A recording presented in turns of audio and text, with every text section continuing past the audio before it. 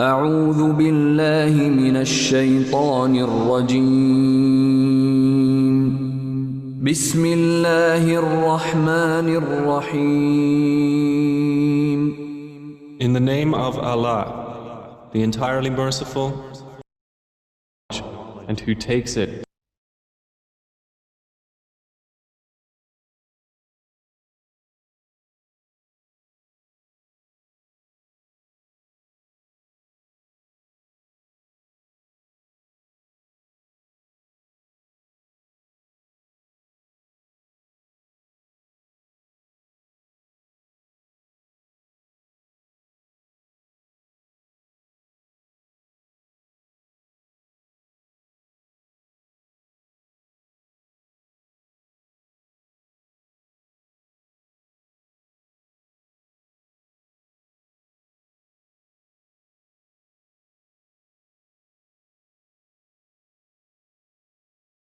أعوذ بالله من الشيطان الرجيم. بسم الله الرحمن الرحيم. الرحمن علم القرآن خلق الإنسان علمه البيان. الشمس والقمر بحسبان والنجم والشجر يسجدان. والسماء رفعها ووضع الميزان ألا تطغوا في الميزان وأقيموا الوزن بالقسط ولا تخسروا الميزان. والأرض وضعها للأنام فيها فاكهة والنخل ذات الأكمام والحب ذو العصف والريحان. فبأي آلاء ربكما تكذبان؟ خلق الإنسان من صلصال كالفخار وخلق الجان من مارج من نار. فبأي آلاء ربكما تكذبان؟ رب المشرقين ورب المغربين. فبأي آلاء ربكما تكذبان؟ مرج البحرين يلتقيان بينهما برزخ لا يبغيان. فبأي آلاء ربكما تكذبان؟ يخرج منهما اللؤلؤ والمرجان. فبأي آلاء ربكما تكذبان؟ وله الجوار المنشآت في البحر كالأعلام. فبأي آلاء ربكما تكذبان؟ كل من عليها فان ويبقى وجه ربك ذو الجلال والإكرام. فبأي آلاء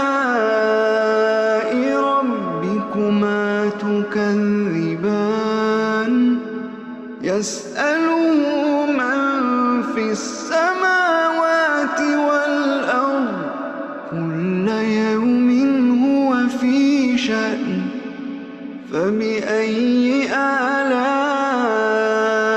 ربكما تكذبان سنفرغ لكم أيها الثقلان فبأي آلاء ربكما تكذبان يا معشر الجن والإنس إن استطعتم أن تنفذوا من أقطار السماوات والأرض فانفذوا لا تنفذون إلا بسلطان فبأي آلاء ربكما تكذبان يرسل عليكما شواظ من نار ونحاس فلا تنتصران فبأي آلاء ربكما تكذبان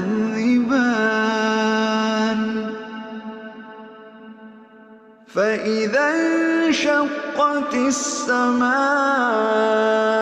فكانت وردة كالدهان فبأي آلاء ربكما تكذبان فيومئذ لا يسأل عن ذنبه إنس ولا جان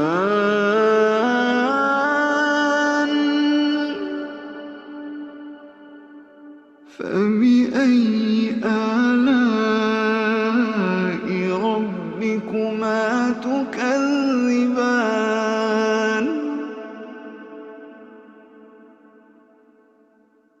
يعرف المجرمون بسيماهم فيؤخذ بالنواصي والأقدام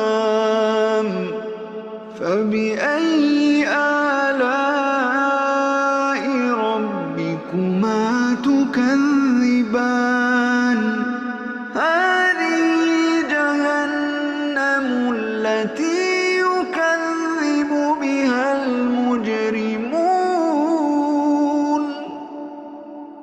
يطوفون بينها وبين حميم آن فبأي آلاء ربكما تكذبان ولمن خاف مقام ربه جنتان فبأي آلاء ربكما تكذبان ذواتا أفنان فبأي آلاء ربكما تكذبان فيهما عينان تجريان فبأي آلاء ربكما تكذبان فيهما من كل فاكهة زوجان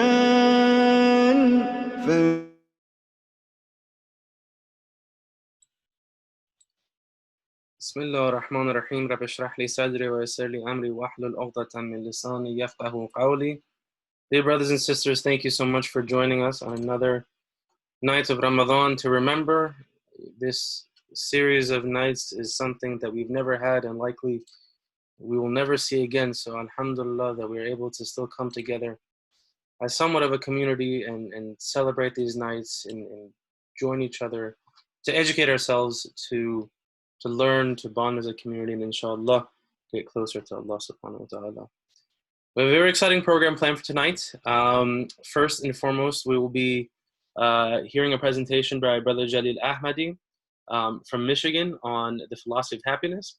And then we have a Kahoot competition, some trivia with a $20 cash prize. So highly encourage you to get folks to join the program, both for the presentation and for the trivia contest, which will be immediately following after the Q&A portion of the program. Before I begin, I'd like to make a few short announcements. This week, the IEC and Mohibana Fatima programs, there will be 4 programs, the first being tonight. Please mark your calendar for Wednesday, May 20th. We have Sister Ala Tafaqudi, who will be speaking on obedience, freedom, and disassociation from negativities. On Friday, May 22nd, we have Brother Kazim Taqi from Florida speaking on forms of sacrifice.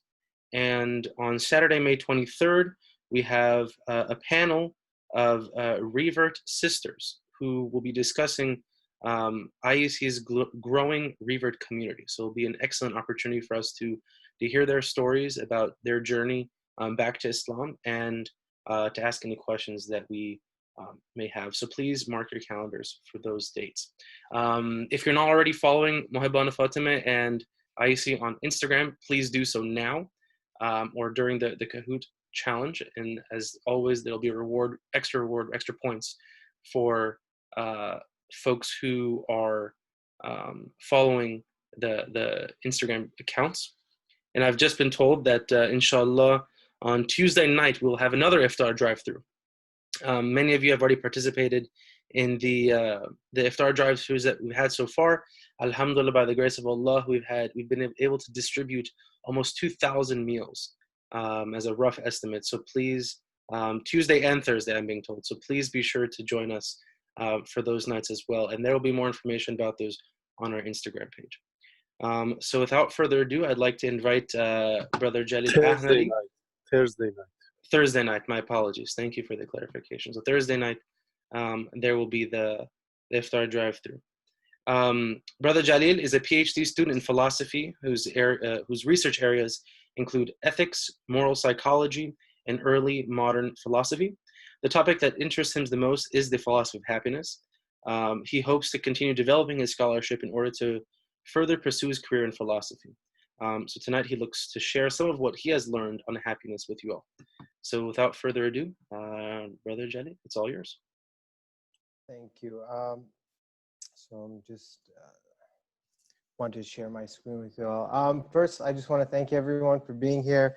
I know it's sometimes difficult with these late nights, and especially since most of you have just recently ate. So great to be here amongst all of you guys. I decided to talk a little bit about what I research and what I write about, and that's the philosophy of happiness. It's been a big topic, something that I've explored a lot, and something that I look forward to researching even more. And I think it's very important that we all at least take some time and kind of reflect on what it is, because it's a word we hear a lot and it's thrown around a lot, and especially in our everyday sort of life. And I think that we don't always give it enough thought, or we kind of take it for granted. And I feel like if this small presentation can help us just kind of open our minds to what it is, or what it can be, or how we can think about it, that would be very productive for all of us kind of going forward, and seeing whether or not we can assess our lives as happy lives or not. So the most important question becomes, why happiness? Why is this something we should even think about? Well, we understand that our society is getting more and more hedonistic, right? It's very pleasure-centric. Everyone's after instant gratification and just looking for ways to satisfy their sort of desires. And that's the kind of indication for us to kind of search after this true meaning of happiness and what it is and if we can attain it.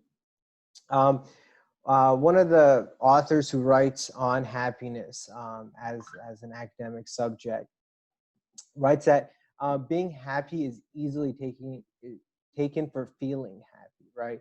A kind of smiley face feeling, right? We always associate happiness with, a smiley face, a smile, someone smiling, we consider them to be happy, right?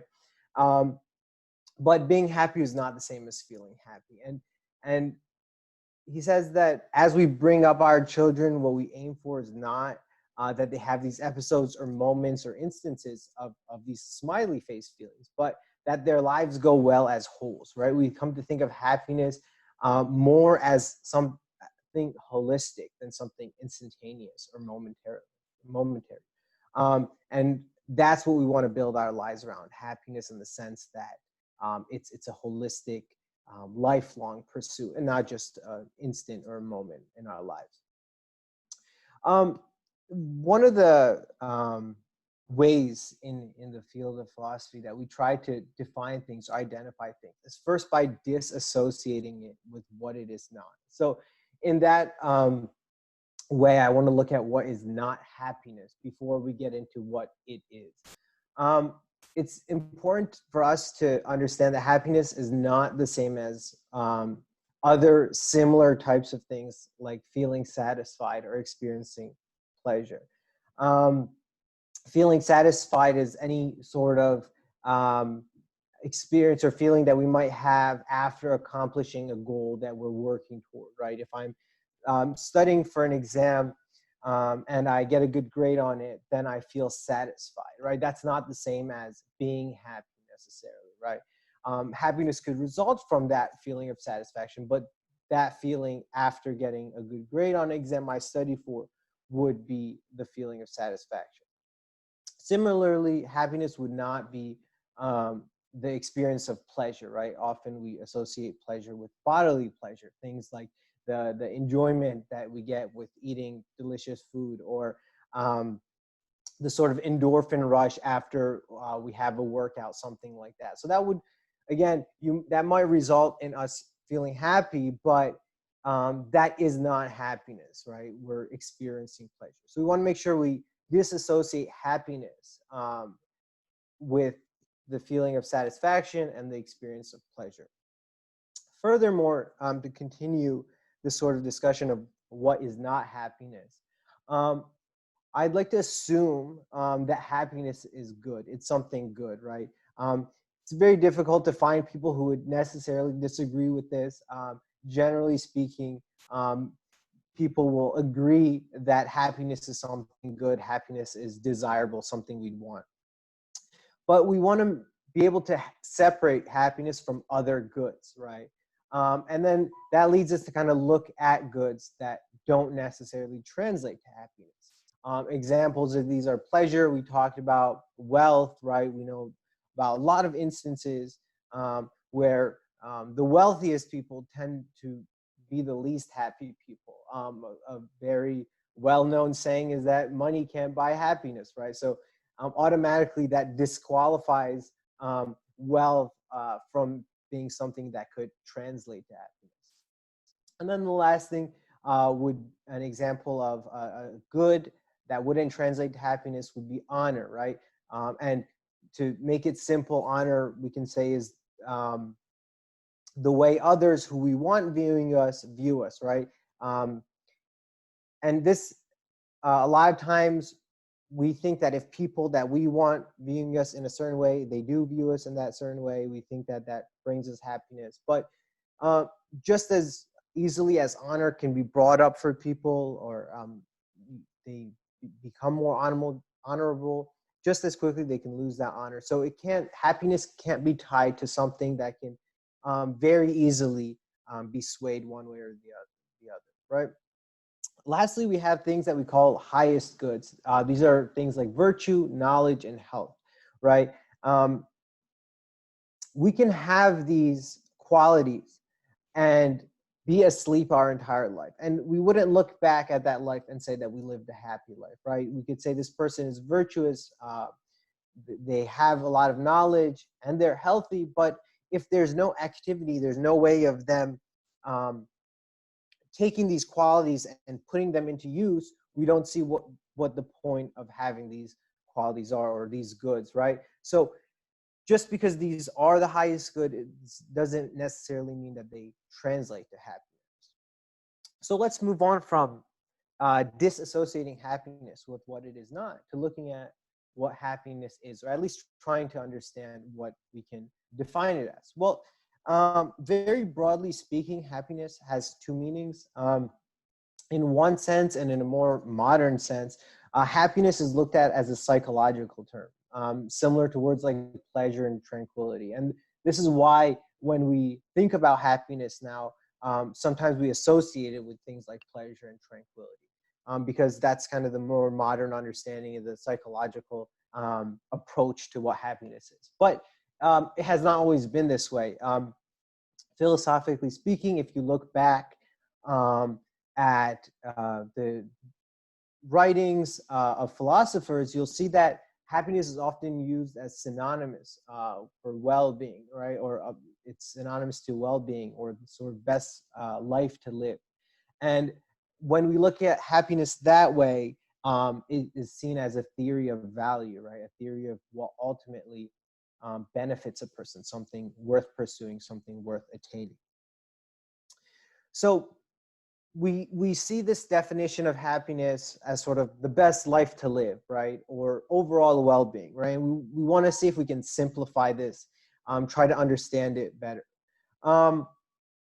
So if we were to consider happiness as being when a person feels happy about much of the time and is not dissatisfied with his or her life. Well, it seems fairly simple, but this is problematic just to view happiness this way, right? If a person feels happy, suppose I feel happy for the overwhelming majority of my life, I have no reason to be dissatisfied with my life, then can I consider myself a happy person, or can I consider my life a happy life? Well, by this definition, happiness would be subjective and psychological, so it would be only dependent on me. And the problem with that is that it allows for false happiness. What does that mean? Well, we look at an example of a situation where I've convinced myself of something that makes me happy, right? For example, I'm taking a class and I've convinced myself that I'm doing well in the class. It may be the case that actually, in reality, objectively, I'm not doing well in that class. Maybe the professor has my grade much lower than I would have wanted. But I don't know this, and I believe that I'm doing well, and I feel overall happy about my situation in the class. So understanding happiness as just being when a person feels happy much of the time and not dissatisfied can allow for this sort of false happiness where you think everything's okay, you're happy about the status you have or the state you're in, but in reality there's something that if you knew would diminish that happiness, would cause problems for that sense of happiness. So it has to be more than that, right? Happiness has to be more than just this. So we look at this objective happiness. We move from something purely subjective and psychological, something that's like in our heads, to something more objective. Suppose we said that a person is happy only if they lead a certain type of life, right? Let's say if you lead a life of virtue and wisdom, right? So you're a virtuous person, you're wise, then you're a happy person. Well, this sort of understanding can be too strict. There's different examples of why this can be too strict. One, it allows for the possibility that a person is living a perfectly virtuous life, but psychologically in their head, they're not happy. There's no joy, there's no contentment in their mind. And then it's very difficult to take that sort of life and consider it a happier one, right? Outwardly, the person is living perfectly according to some standard, whatever standard we set, whether that be virtue or wisdom, for example. But inside of them, there's no peace, there's no tranquility, there's no um, um, state in which they are content, and thus, while outwardly it would seem as if they're living a happy life, if we took their own psychological state into account, we might not consider that life to be a happy life. Another example or of how this sort of objective notion of happiness is too strict, oftentimes is seen or is brought up in sort of counter examples where you have people who might be, for example, mentally disabled and cannot lead a life of virtue or wisdom necessarily in the same way that someone who is mentally able can. And to say that just because they can't lead this sort of life, that means they're not happy, might be too strict of a definition, or might be too strict of a condition for that. So we want to try to find a view of happiness that kind of takes on both elements or both aspects and tries to present a more comprehensive view that contains within it both sort of objective component and maybe a subjective or psychological component as well. So we get to the question, then what life is the best life, right? We know that for it to be a life that we could consider as a happy life, we need to have some sort of activity taking place, right? If someone had all the greatest qualities, like we said, but they were asleep for their whole life, then we wouldn't really consider them to have lived a happy life. So there has to be some sort of activity, right? If we have good qualities, we have to be able to put them into action. Well, let's imagine that for any person, A, we don't know the activity yet, let's just call it A, is an activity which is not only good for that person, but is also good for everyone else, right? We want to think of an activity that not only would benefit us if we did it, but it would also benefit everybody as well, right? Just to make sure that this activity, whatever we're engaging in, can be beneficial for everyone. Also be beneficial for ourselves. So suppose that this activity the person performs is objectively good for that person. What does that mean? It's not just that the person thinks that it's a good activity. It actually is a good activity. And it's good for everyone else, right? It's not that they just think that it's good for them. It actually is good for them. So one contender, one possibility for this activity that we think would work would be living in accordance with rational guidance, right? We all understand as part of us as human beings, we have a rational component, right? We have our ability to reason and understand things through rationality. But sometimes we say that, again, this is not enough, right? Just because I have this rationality doesn't necessarily mean that I'm using it correctly, right? So we want to live in accordance with rational guidance, and we want to have our rationality in control of our emotions and appetite, right? What good is rationality if our emotions, our appetites, our desires can control that rationality? So it's best that not only we live in accordance with rational guidance, but also we have our rationality in control of our emotions and appetites, right? We always want to have our mind in control of our body and not necessarily the other way around. But again, if we say that this is the only way in which we can attain happiness, that might be a little bit too strict, and we're not taking into account a subjective component, right? A subjective psychological aspect. So what we want to do is add a subjective component into this sort of idea of happiness, so that not only we're feeling happy on the inside, but also everything we're doing is both beneficial to ourselves and beneficial to everyone around us. So if we want to kind of put it all together and look at it collectively, try to come up with this view of happiness, we might look at happiness in this sense, right? A person is happy if, one, he believes that what he takes to be the most important things in life are going well, right? If I take my pursuit of philosophy, studying philosophy, if I take that to be the most important thing in my life, and I believe that to be going well, then I have the sort of inner peace or inner tranquility, right?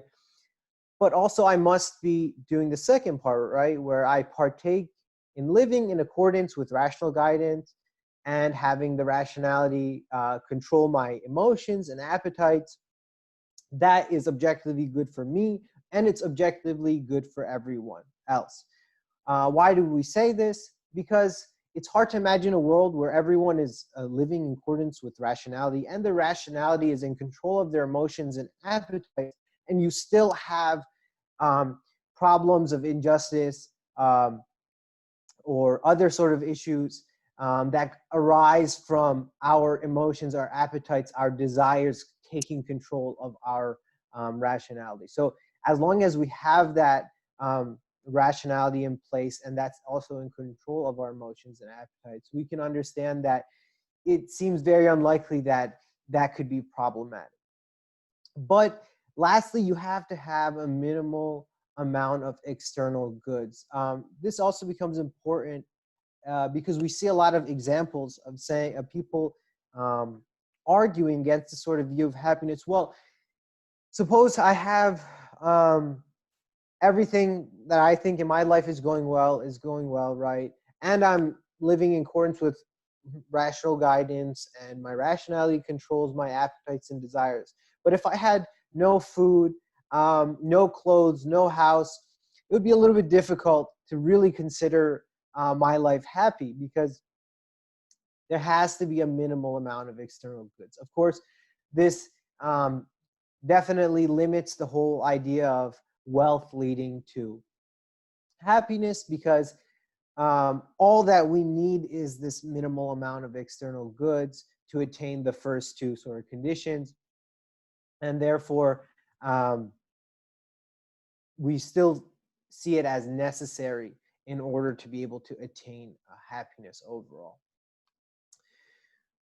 So moving on from this sort of view where we looked at happiness, disassociated it with other feelings that we might mix up with happiness, we then look at other views of happiness in Western philosophy. Plato and Aristotle, the ancient Greeks, they have this view of happiness as eudaimonia, which translates to the best sort of life to live, or overall well-being, something of that nature. Very similar to what we started our discussion on. The sort of happiness as an overall holistic sort of lifelong pursuit is very in line with the sort of Platonic or Aristotelian conception of happiness. You move on to the early modern philosophers like Descartes and Kant. Descartes looks at happiness as being a perfect contentment of mind and inner satisfaction. So you see this change in philosophers where it moves on from just being a sort of life to this having this component of inner satisfaction or contentment of mind.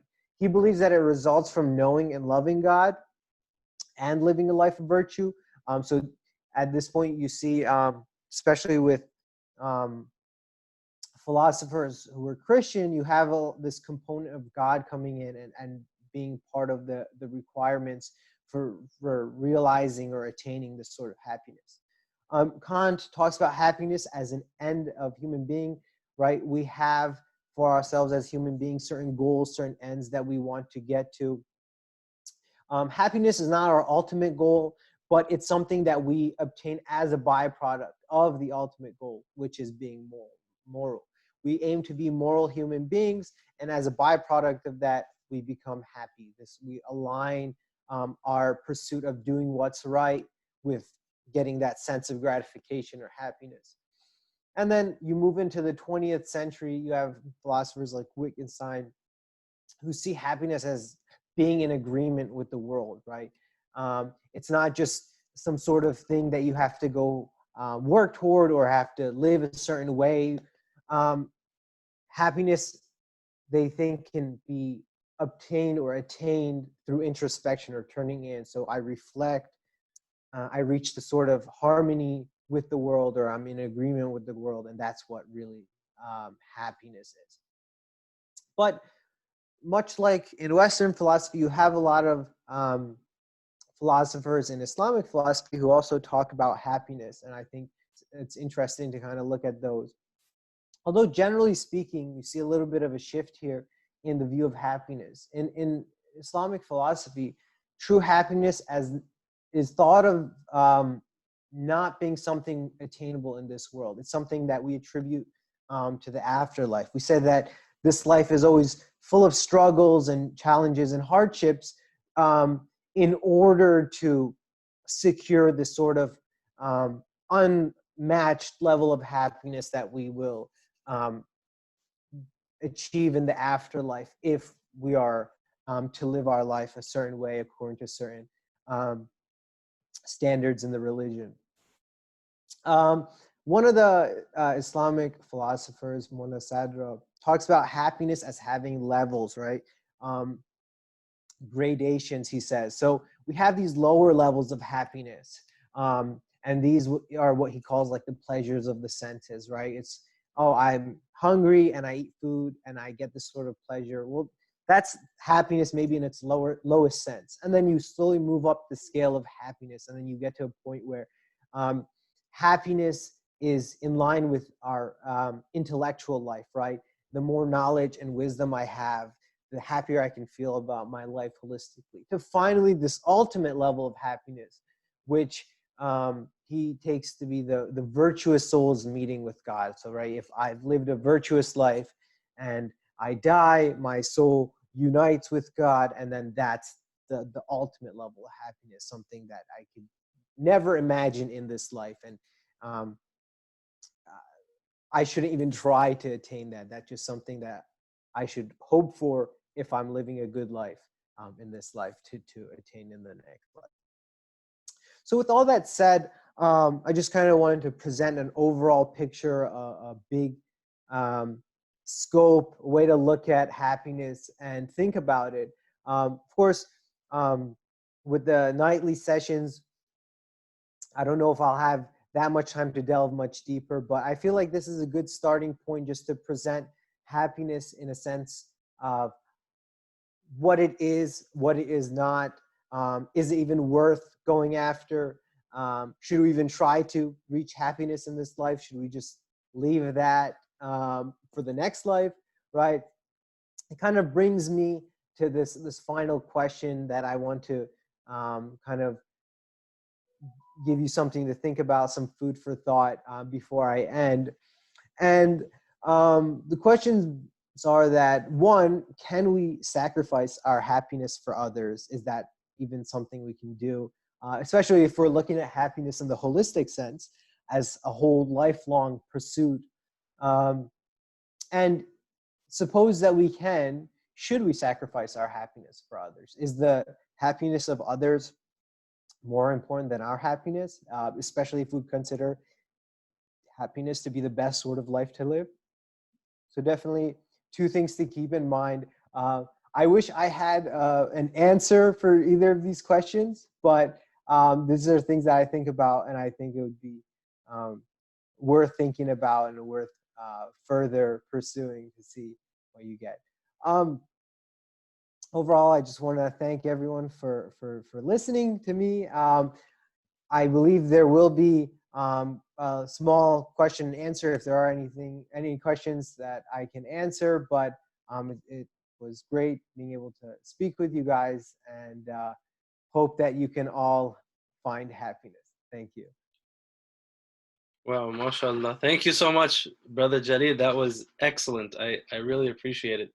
That was a fantastic presentation. Alhamdulillah, I don't know if you noticed, looks like almost all 50 folks who were on the call stayed the entire duration of the presentation. So that's phenomenal. So alhamdulillah, everybody was able to digest that, inshallah.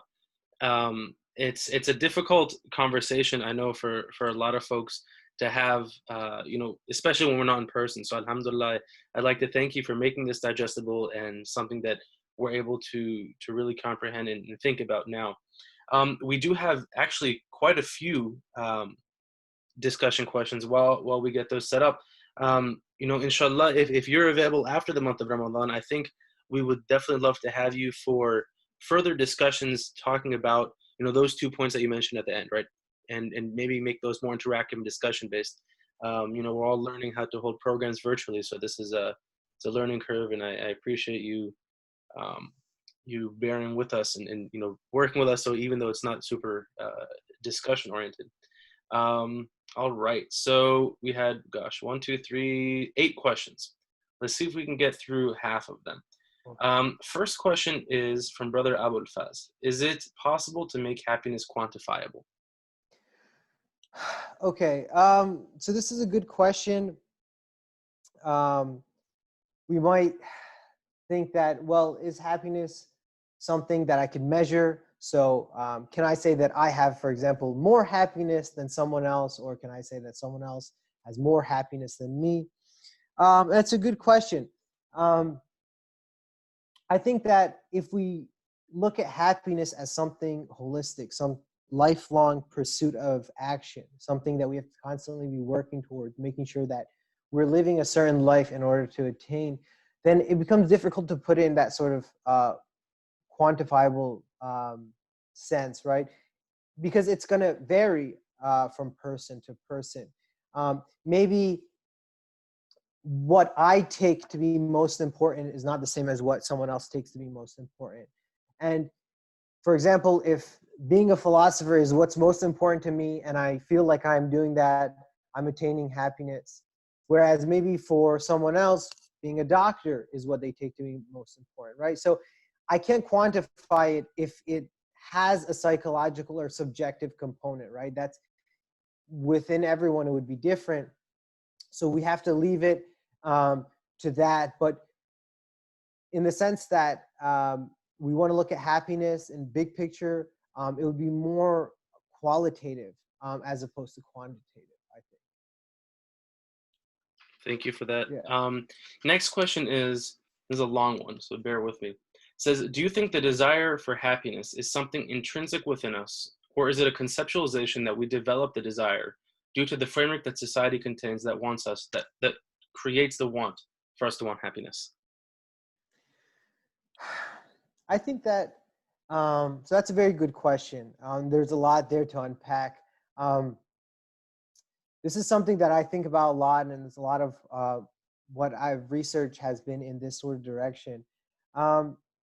I do think that the pursuit for happiness is something innate within us. And it goes back to a point that I was making in the beginning of my talk, namely that many people, I mean, almost we have this sort of unanimous agreement that happiness is something good, something worth working toward, right? It's very rare that you find anyone suggesting that we don't strive to be happy, right? And everyone is moving that sort of direction where they're looking for happiness, whatever they may think of it as. So I think that definitely it's something that sits well within us, at least the pursuit of happiness, the thought of being happy. And that's what makes it a good intrinsically. And that's why we can think of it in that sort of way. Thank you very much for that. Another brother asks, is happiness fulfilling one's own aspirations? In other words, being egotistical? Or can happiness come to us faster by serving others or being altruistic? Or is it a special mix or combination of the two? Yeah, great question. Again, I think I touched on this a little bit in the sort of definition that I'm comprising, or this collective comprehensive definition of happiness. Definitely there has to be an aspect where it's more than just us. This is because humans are social creatures. We live in a society, we live with other people. It can't just be what I take to be the best for me, and whether or not I'm achieving that or accomplishing that. Definitely there's this element of other people. And a lot of times that becomes very important in our pursuit of happiness. If I want to live a sort of way that is making everyone around me upset, it's very hard for everyone else to look at my life and say that he's living a truly happy life. So I think definitely within our pursuits, we have to have the sort of activity that benefits others. Some people might say at the very least, it shouldn't harm others, but I think that we should take it a step further. And not only we should just benefit ourselves, but we should be benefiting others as well. Thank you for that. We have a question that looks like many folks, 6 people are enthusiastic to hear the answer to. And 6 is in the chat, so it's not me saying this. Question submitted by Brother Mustafa. Would you consider marriage as the epitome of happiness? Epitome of happiness. That's an interesting question. I haven't done a lot of research on marriage and the sort of role that plays when looking at happiness. I feel like the activity that we talked about, which was living in accordance with rationality and having our rationality in control of our desires and appetites.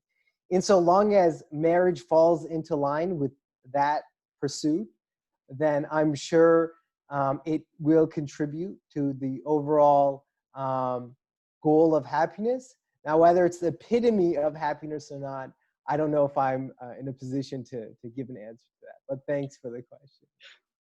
Thank you very much for the answer. A very diplomatic answer. I like it. Brother Jafar asks, how often should I be reevaluating my life to see if I am happy? Like really delving deep into my life, not just the surface examination. Yeah.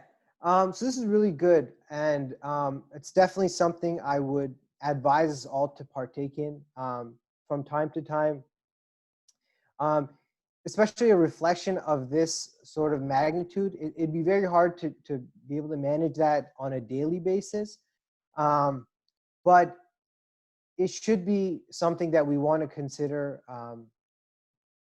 often, or as often as we can, but with the understanding that we're giving enough of our time and our resources to it. So if I have 10 minutes and I just want to reevaluate my life in 10 minutes, it might not be that easy, right? Something I would recommend is to compartmentalize your mind in the sense that you have this sort of reflection going on, but also you're able to get to some sort of other tasks, right? Definitely you want to have this sort of thought process in the back of your mind, always kind of running, and then take instances where you sit down and kind of put it all together, see where you are. But overall, if we want to look at happiness as something holistic, I don't know if at any point in our life we can just say, okay, at this point, I've lived a happy life or not. It's something that we want to work toward, but we won't be able to fully assess until like completely after our lives have finished. So I think that, I don't know if we'll ever be able to say in life, I'm happy now. So then at that point, we want to stop doing everything, right? If that's the goal and we reach our goal. But since it's this lifelong pursuit, I think that we should just see when we're evaluating our life or reevaluating our life, we should see if we're in the right direction as opposed to have reached the top of the mountain. Thank you for that. And if folks have additional questions, please type them in now. If not, our final question is submitted by Sister Layla. How do you determine the minimal external goods? I think this was in reference to your final points. Yeah. And is that something that is changing over time, or is that something that is set within us intrinsically? Yeah, so this is a good question. Again, when we say minimal of external goods, we want to look at this sort of, it's more of a conceptual idea than a certain, like a list of items, right? We want our basic needs met. Now, again, this is going to be circumstantial. If my basic needs at this point in time have certain requirements that maybe 100 years ago or 5,000 years ago, it was different, then of course we want to make sure these basic needs are met. But whatever these basic needs are, as long as we can say that, okay, I'm not living in any sort of unnecessary struggle, right? I don't have to make life harder than it already is on myself, right? I don't have to go live on the streets. I don't have to only have, for example, one pair of clothing, right? I don't have to become a monk and remove myself from society and go live in a cave, right? I have to be able to be part of society. To do that, to be a part of society, you'll need some sort of minimal amount of external goods. And if you're able to meet that necessity, whatever it may be, depending on the society you're in, depending on the time you're in, I think that should be understandable. I mean, this is it's hard to quantify that into sort of bullet points, but definitely we all have a basic understanding of, like, we all know it when we see it, if what these minimal external goods are. Yeah, a great question. Thank you. And we had one question that I think you addressed towards the end of your presentation, but maybe they're asking so you go over a little bit more. Brother Amin asks, is happiness the goal, or is it a byproduct of a higher goal? I think this might be in relation to the concept of regarding morality. Right. Again, this I wish there was one right answer to this question. Different philosophers, different scholars have different views on this. Some will say, no, happiness isn't the goal. Happiness should just come as a byproduct of living a good life or a moral life, whatever you consider that to be. But I think that if we set happiness as our goal, knowing that to get to that stage or get to that goal, we'll have to live a good life or a moral life or a life of rationality, contemplation, whatever you want to call it.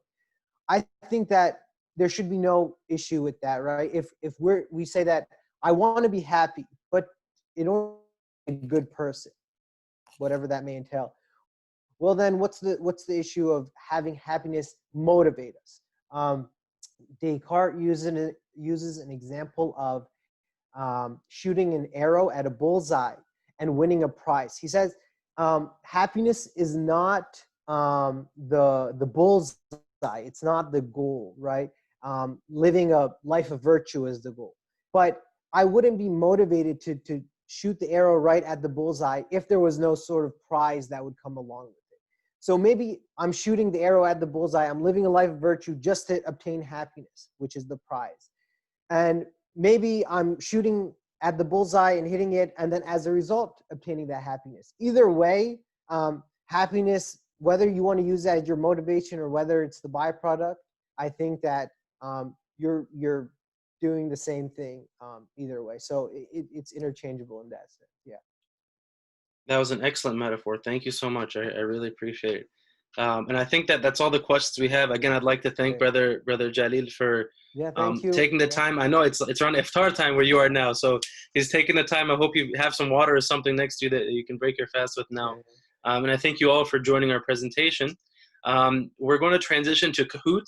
We have a $20 prize for the winner, so please stay on and do your best to get the questions right.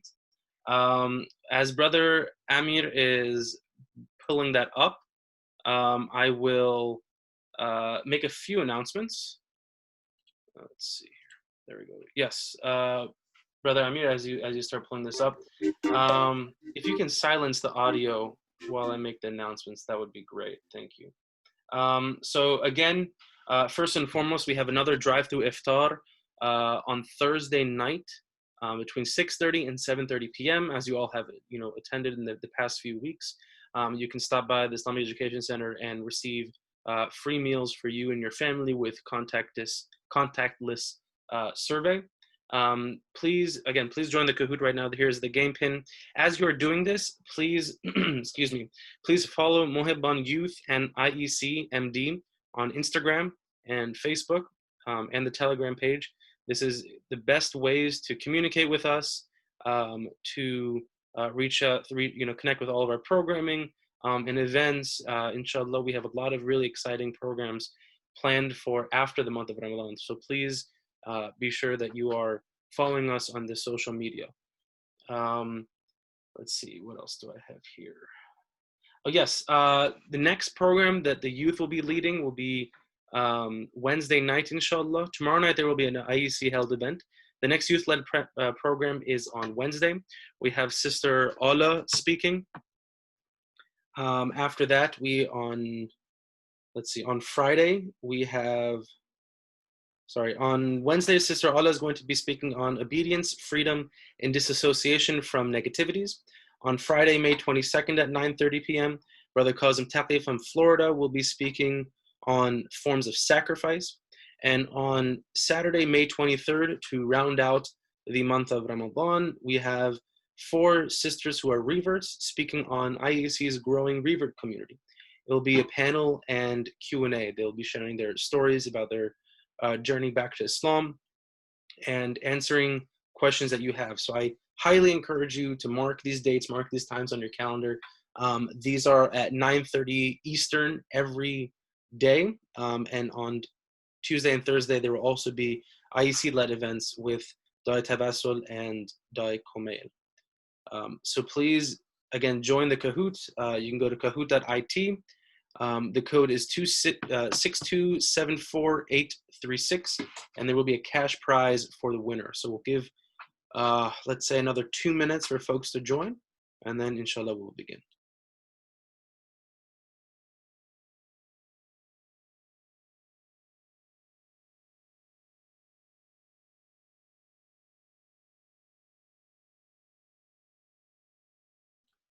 All right, we see a return competitor, Kebab is Life, that won on Saturday, or no, it was Sunday, yes. So congratulations to Kebab is Life. If you do win, if you can DM us your Venmo on Instagram, and we will send you that. MashaAllah, 25 teams, 26 teams. We have 50 people on the call, so we'll wait another minute, and then we'll get started. If you're having issues, please message us, and we can maybe get someone to help.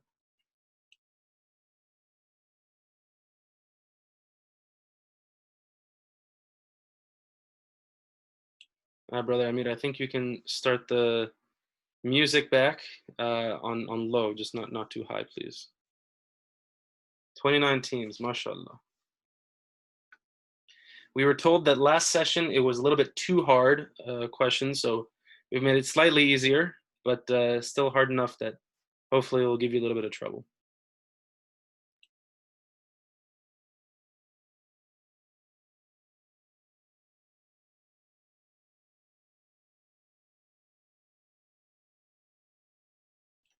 All right, we wait 30 more seconds, see if we can get to 30 teams. If not, says, Assalamu alaikum, can we please get Brother Jaleel's contact information? Yes, we will touch base with him, and then we will see what we can do by the contact information.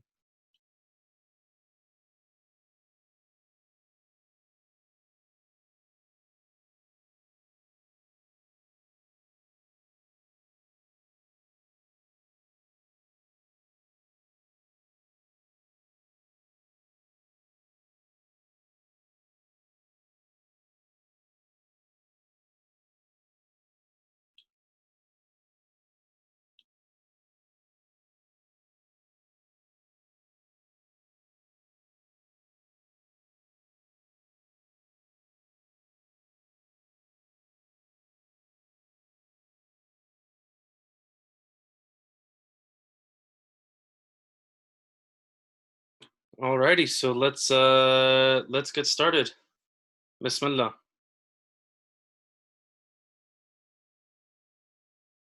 All right, 25 questions. Let's see who gets the prize. All right, what color are the small domes on top of Masjid al-Haram in Mecca? Brown, gold, black, or green?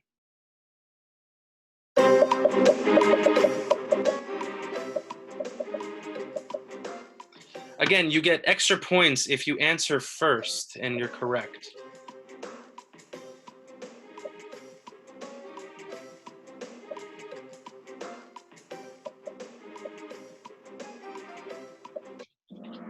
All right, the correct answer is brown, yes.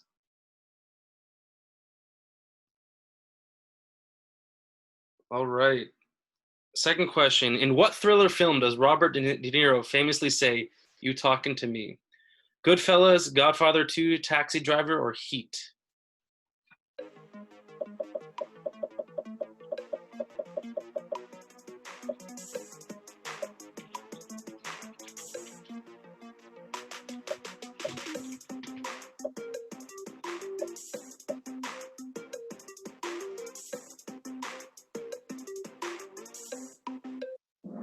All right, taxi driver is the correct answer.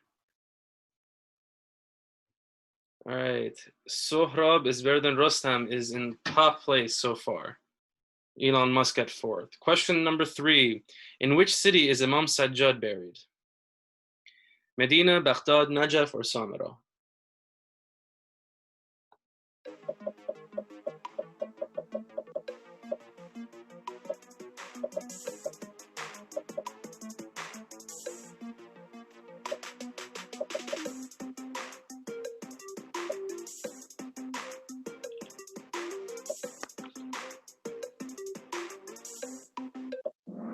All right, Medina is the correct answer in Jannat al-Baqi.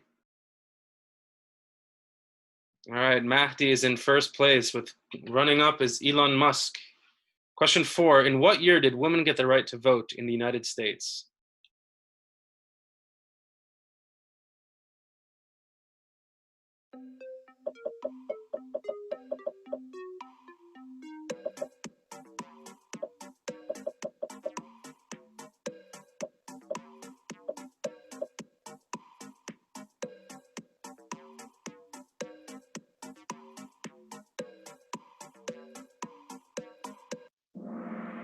All right, 1920 is the correct answer. This is the only Googleable question, so you've used your one Google question.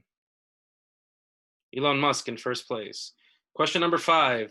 What is the name of the 40-minute Arba'in play performed by Muhibbana Fatime in late 2019? The Lasting Impact, Moments of Truth, Lessons from Arba'in, or The Silent Night? If you are following us on Instagram, you will know this answer because it is posted last week.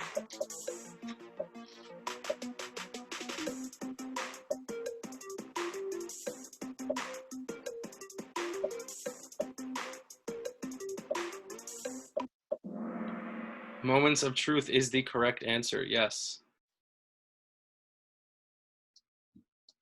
All right, let's get this Kashk on first place. Where in the United States is the largest aquarium? New Jersey, California, Maine, or Georgia?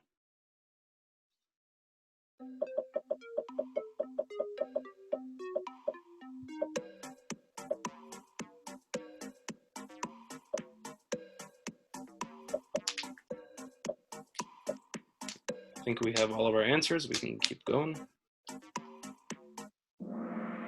Georgia is the correct answer, yes.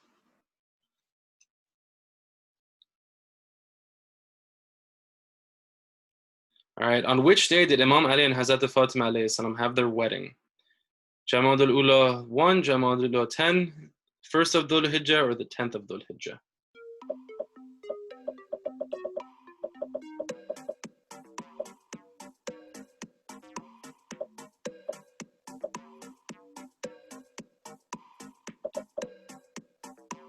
Some people are taking their time to Google this question. Don't Google it. Honest policy. All right, 1st of Dhul Hijjah is the correct answer. All right, Mahdi coming back up to first place. All right, question 8. What is a group of lions called?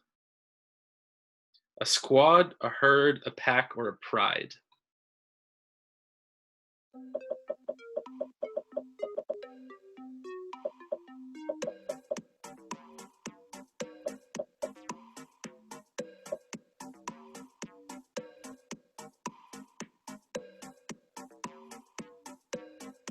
I think we have all of our answers. A pride, yes. A group of lions is called a pride of lions. All right. The tasbih with 34, 33, and 33 is attributed to whom? Prophet Muhammad, Hazrat Fatima, Imam Ali, or Hazrat Khadija alayhi salam? Wow. Excellent. All but one, Hazrat Fatima, yes. The tasbih that most folks do after prayer is attributed to Hazrat Fatima alayhi salam. All right, Mahdi, breaking 10,000 points. Maybe you got 10 out of 10 correct. Which water sport is the official sport of the state of Hawaii? Water polo, surfing, water skiing, or swimming? And again, honest policy. Don't Google these answers if you can.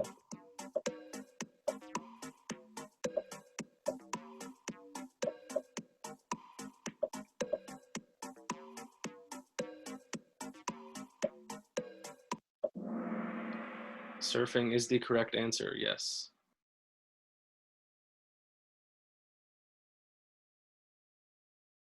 All right, question 11. Alfredo sauce originated from which country? Italy, Greece, France, or Iran?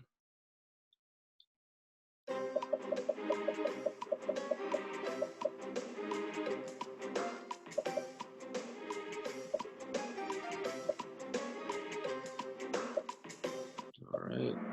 Italy is the correct answer, yes. Begudo Charche is in second place. Highest answer streak of 10. Wow. Maybe we got to make these harder. What was the name of the Greek mythological woman who had snakes for hair? Pandora, Medusa, Helen, or Cassiopeia?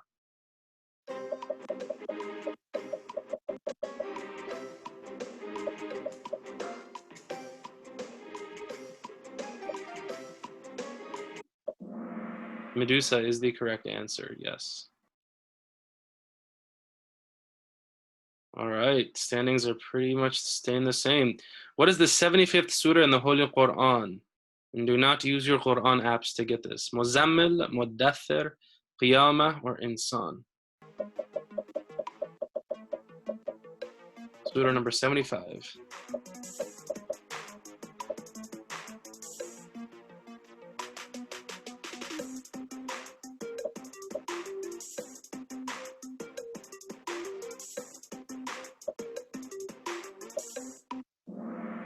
Qiyamah is the correct answer. All right, 313 is making a comeback with 3 in a row. All right, question 14. What do you call a baby goat? A kid, a child, a goatee, or a baby goat? What is the technical term for a baby goat? All right, looks like most folks think they know the answer to this. All right, the last two people need to stop Googling answers.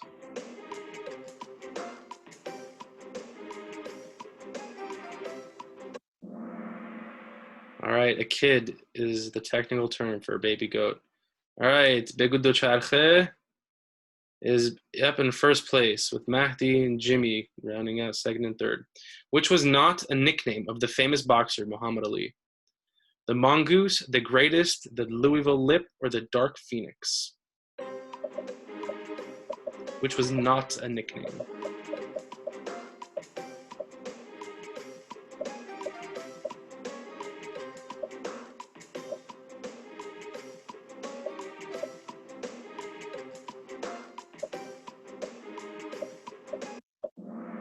The Dark Phoenix, yes. Now we got you.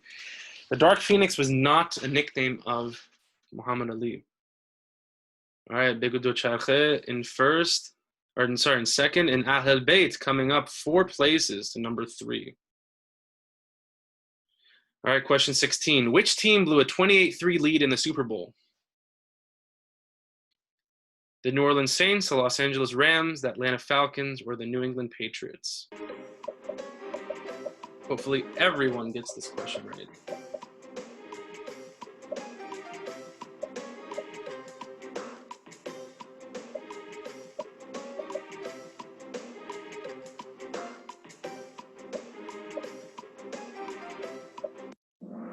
All right, the Atlanta Falcons blew a 28-3 lead in the Super Bowl at the end of the third quarter to the New England Patriots. All right, Ahl Bayt rising with only 80 points for first place. All right, Shabnam is the 4th highest climber. The majority of Shias in Indonesia are concentrated primarily in which city?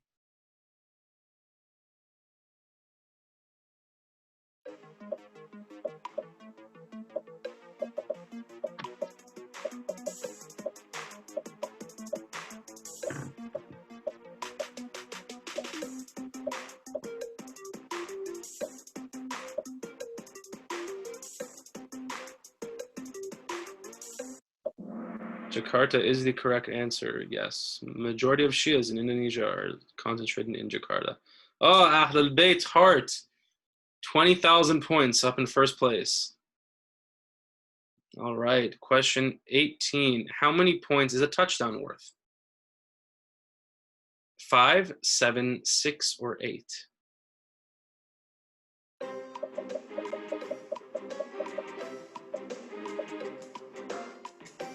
Oh, wow. 6 is a correct answer. I really thought we were going to get some more people on this one, but guess not. It wasn't tricky enough. All right, question 19. The Sultan Ahmed Mosque, otherwise known as the Blue Mosque, is located where? Turkey, Lebanon, Jordan, or Egypt?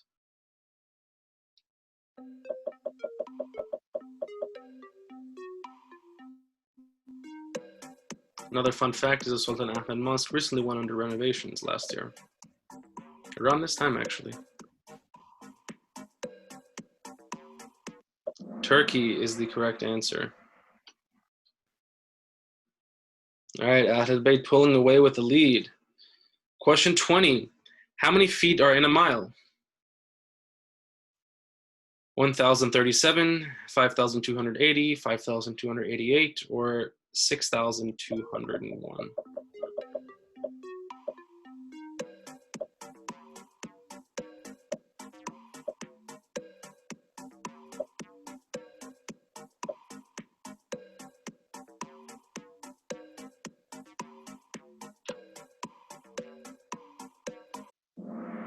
5,280 is the correct answer.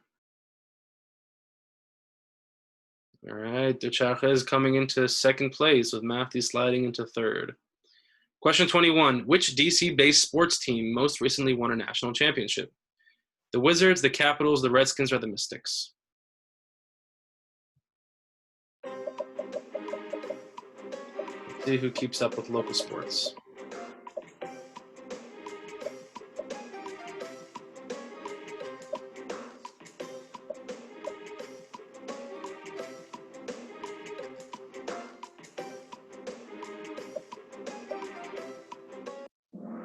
The Mystics, yes! Haha, now we gotcha.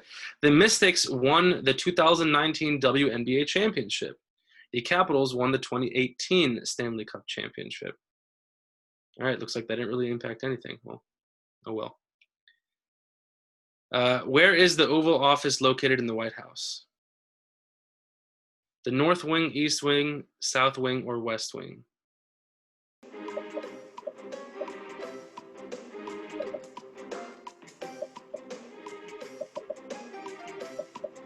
There's a comment that the Nationals won most recently. They did win in 2019. However, the Mystics won a month after the Nationals did. All right, the West Wing is the correct answer. All right, Ahlul Bayt pulling away with the lead. With 2 questions left. Approximately how many Muslims live in Japan? 50,000, 75,000, 100,000, or 125,000 Muslims in Japan?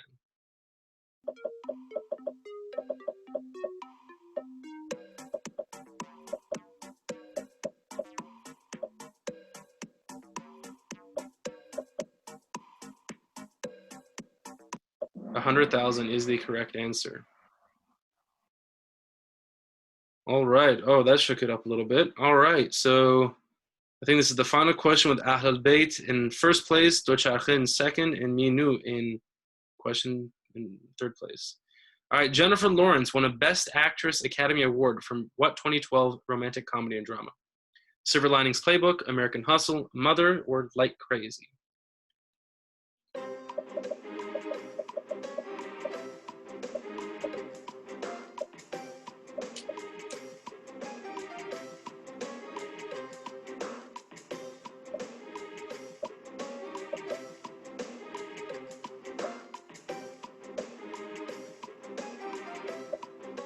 All right, Silver Linings Playbook, yes. All right, what is it? Maktab is making a comeback with 3 in a row. All right, the final question, question 25. Is it sunnah to break your fast with what? Dates, tea, water, or pears? Maybe this was a little too easy. All right, yes, dates is the correct answer. So let's see our winners. In third place, we have Minu with 22 out of 25. In second place, we have Docharche. And in first place, all three with 22 out of 25 correct responses. Ahl al-Bayt with, again, 22 out of 25. Shabnam and Mahdi as our runner-ups. Thank you guys so much for playing. If Team Ahl al-Bayt, who won 22 out of 25 questions, would please message us on Instagram at Muhibban Youth and send us your Venmo. Inshallah, we can get you the $20 prize. So again, thank you all for participating in our program tonight. The next program is tomorrow night, led by IEC, and then following which we will meet again on Wednesday with Sister Ala Tafaqudi, and that program will also include a Kahoot challenge. So please be sure to attend, follow us on social media, as that is the best place to follow up with events. So inshallah, we will see you soon. Fi aman Allah. Khuda hafiz.